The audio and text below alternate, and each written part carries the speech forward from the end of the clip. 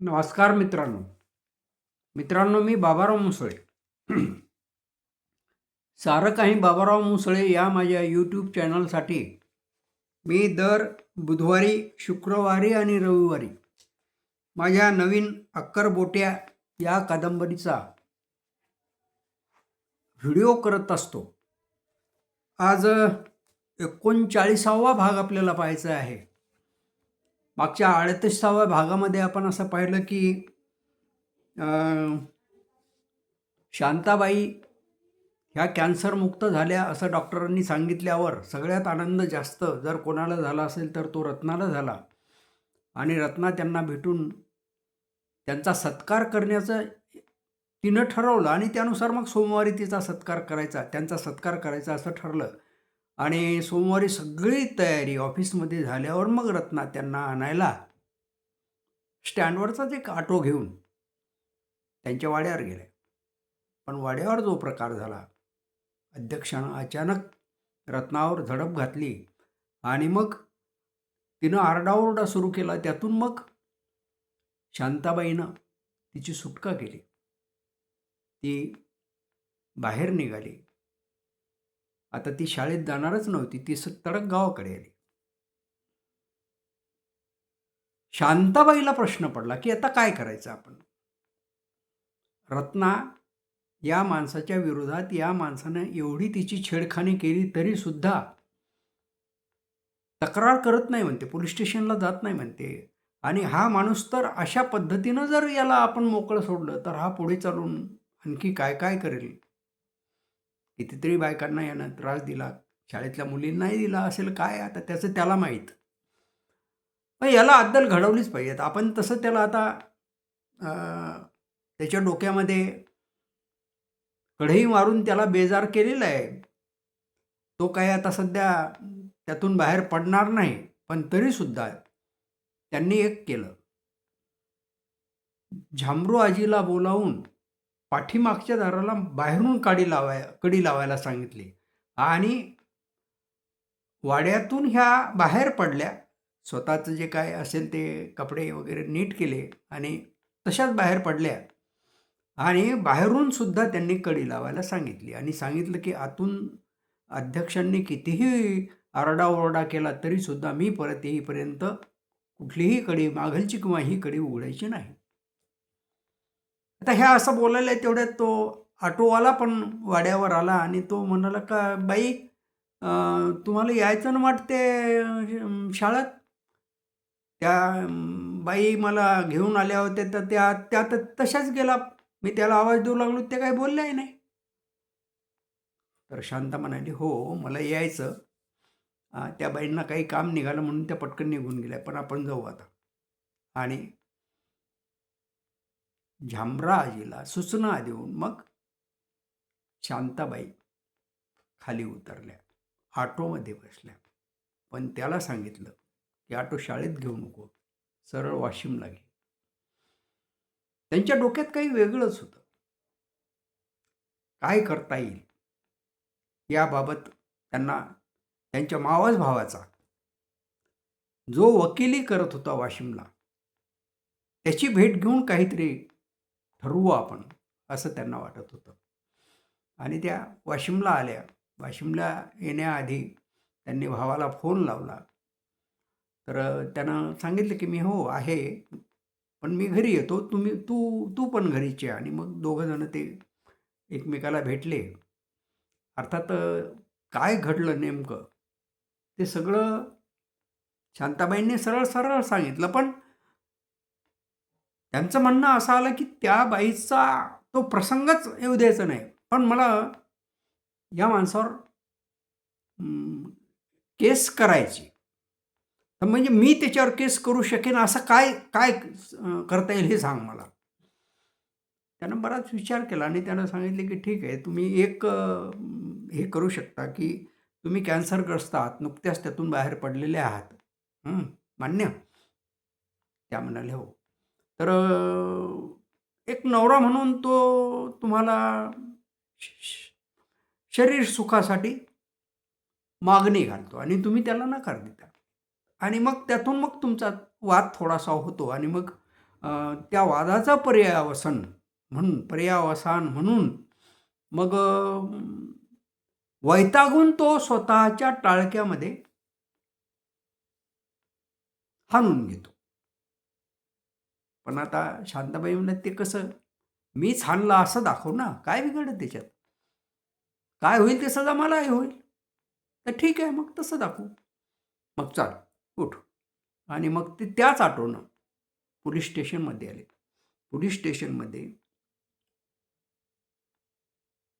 अर्थात त्यांच्या त्या वकील भावाची ओळखही होती आणि त्यांनी ती केस अतिशय रंगवून अशी, की ज्याच्यामुळे नवऱ्याला, त्या बाईच्या नवऱ्याला म्हणजे शांताबाईच्या नवऱ्याला म्हणजे अध्यक्षाला काही ना काहीतरी सजा होईल अशा पद्धतीची ती केस रंगवली आणि तक्रार दिली. म्हणजे FIRच फाडला असं म्हणा. आणि शांताबाई घराकडे आल्या. अर्थात शांताबाईने त्याच्यामध्ये हे लिहिलं की माझ्या जीवाला धोका आहे, या माणसापासून माझं संरक्षण व्हावं. आणि हे सगळं इतकं झाल्यानंतर मग पोलिसांना त्यांनी म्हटलं की तुम्ही त्याला, जर तुम्ही उचलून आणत असाल तरच मी घरी जाईन, नाहीतर मी तोपर्यंत घरी जात नाही. आणि पोलिसांना काय, त्या दिवशी काय, त्यांनी होकार दिला.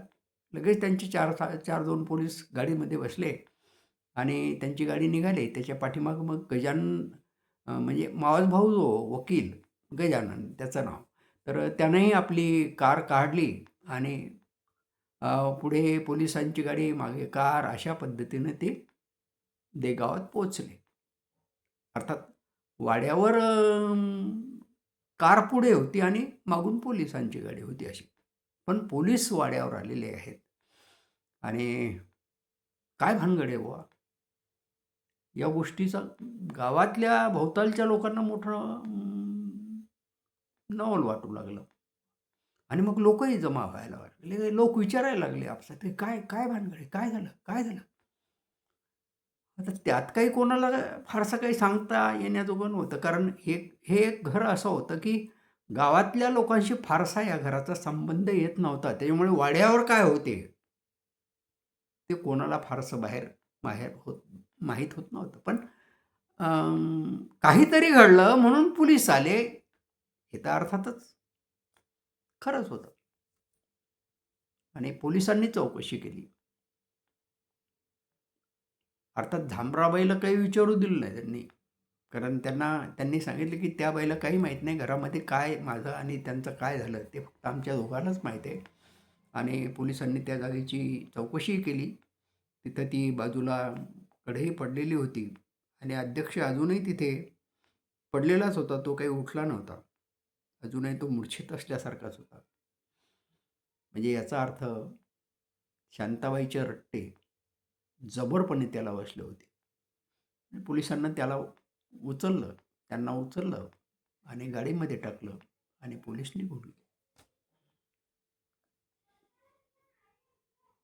आता इकडे शाळेमध्ये भानगड अशी झाली की रत्ना शांताबाईंना आणायला गेली आणि ती आली नाही.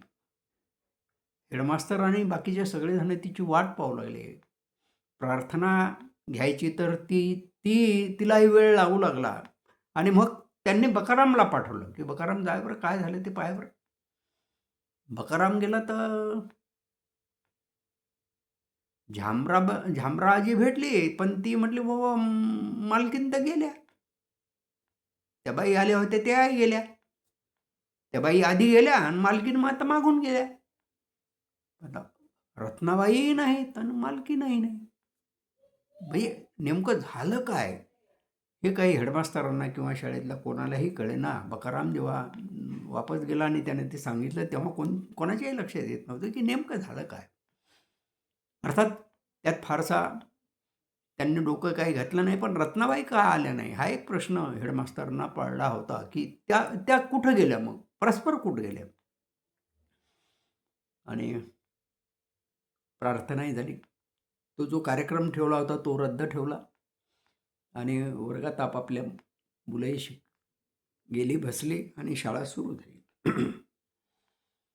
आता त्या दिवशी रत्ना आली नाही शाळेत, दुसऱ्या दिवशी आली नाही, तिसऱ्या दिवशीही आली नाही. तेव्हा मग हेडमास्तरांना शंका आली, की काय काय भानगड आहे? काही आजारी की जळी पडली काय रत्नाबाई?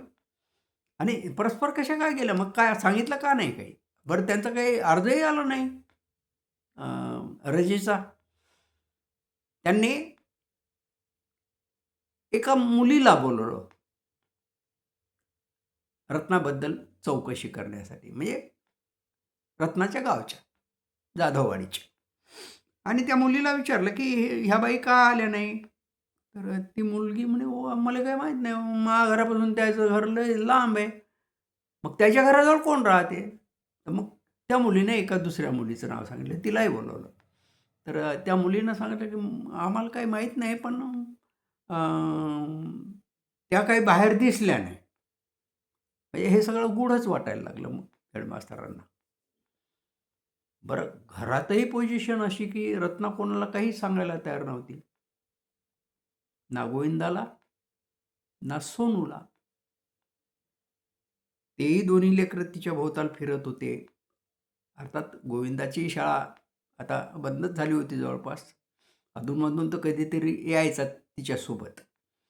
पण आता मॅट्रिक झाल्यानंतर मग काय करायचं, तर त्यानं मग शेती सुरू केली होती. शेतीत तो काम करत होता आणि सोनूही आता तिला फार शिकवण्यात काही अर्थ नाही. तिचं लग्न करायची वेळ आलेली आहे आणि म्हणून तिला सोनूला सुद्धा शांताबाई शाळेत पाठवत नव्हत्या. वंदना येत होती. वंदना हे पाहत होती, की ही रत्ना शाळेत चालली नाही. काय झालं गं? काहून नाही जात? काही भानगड झाली का? हेडमास्तर काही बोलला का? कोणी काही म्हणलं का दुसरं? पण काहीच नाही. एक नाही, दोन नाही, काही नाही. आणि वंदनाला करमलं नाही मग. मग वंदना उठली आणि एक दिवस शाळेत आली. अर्थात हेडमास्तरांना भेटली तर हेडमास्तरांनाही बरं वाटलं, की चला आपणच रत्नाबाईंना भेटायला जाण्यापेक्षा कोणीतरी त्यांची चौकशी करायला, काय झालं ते विचारायला इथं आलं.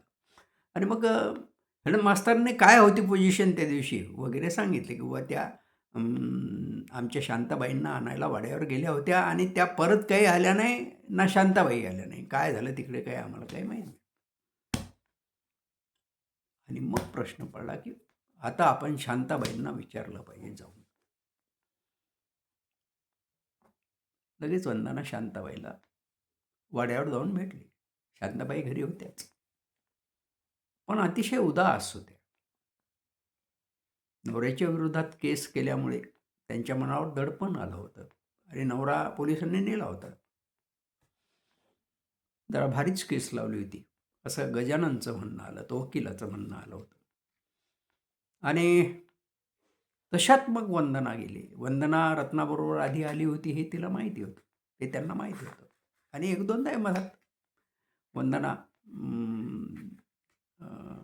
शांताबाईंना भेटली होती. तसं तिचं आणि अक्करबोट्या राजूच्या बायकोमुळं नातंही होतं. तर मग रत्नाबद्दल तिनं विचारलं, की काय झालं होतं? रत्ना का त्या दिवशीपासून शाळेत यायली नाही? बरं, ती घरी कोणाला बोलायली नाही, नेसती पडू नये, नीट खात नाही, पीत नाही, वगैरे, वगैरे, वगैरे. पण शांताबाईनं तिच्याबद्दल काहीही सांगितलं नाही. फक्त एवढं सांगितलं, की मी त्यांना म्हटलं होतं, की "हो, तुम्ही जा, मी येते मागून." पण त्या मग इथून कुठं गेल्या ते काही मला माहीत नाही आणि त्या का गेल्या तेही मला माहीत नाही. म्हणजे पुन्हा गूढ वाढलं. वंदना घरी आली. तिनं पुन्हा रत्नाला छेडलं, पण रत्नासुद्धा तोंडातून शब्द काढायला तयार नव्हती. आता वंदनाच अस्वस्थ झाली. इतकी अस्वस्थ झाली, की काय झालं नेमकं? याचा शोध कसा घ्यावा हेच तिला कळत नव्हतं. मित्रांनो, या भागास लाईक करा, कॉमेंट द्या आणि शेअरसुद्धा करा आणि माझ्या या चॅनलला सबस्क्राईबसुद्धा करा. पुन्हा भेटू.